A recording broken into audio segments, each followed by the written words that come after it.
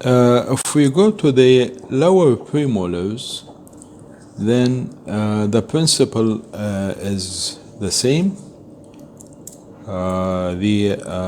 You have to have a parallel relationship between the sensor and the tooth. And if we're going, let's say, work on the premolars, okay, then what you're going to do is that since this is extending outwards, I will place the sensor as far as it can go. If I suppose I'm working on the lower 5, then I will place it on the lower 4 so that I will not interfere with the reamer extending from the tooth. And then you will place it on the tooth which is this just next to it. Okay? And please make sure that you will extend it as much as you can inwards, push the tongue so that you will have this parallel relationship. If you want to further stabilize the sensor holder, which is always recommended, then you will simply, after you place the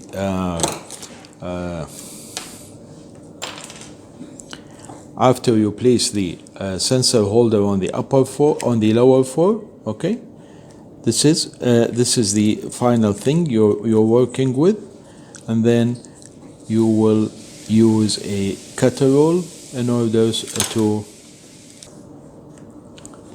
always use a cutter roll to stabilize the sensor in place. And you before you do the exposure, have the sensor aligned with the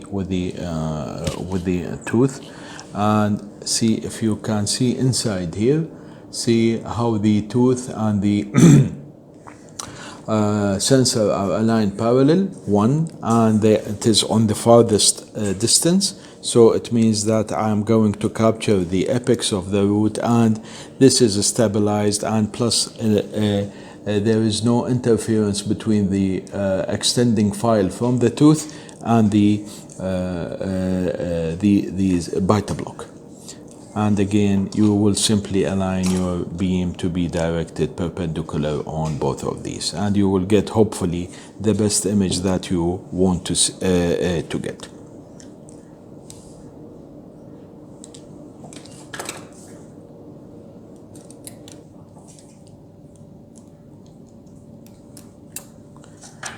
If you are working on a lower molar, say this 7, then you will place the sensor holder on the 6, okay? Then this is the way that you will be placing your sensor. You will ask your patient to open, and then you push the whole sensor holder as much, pushing the tongue also with it, and then you ask your patient to place the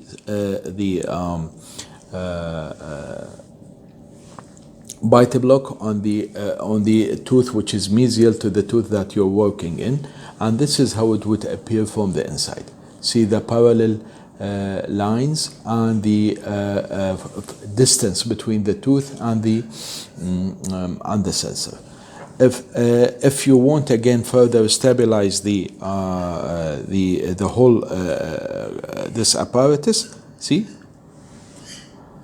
I think this is the best combination that you can get for a lower molar, and you will get the best image with everything showing, with the minimal irritation to the patient, plus the stability, and the patient does not need to close all the way, so there will be no interference even with the biter block.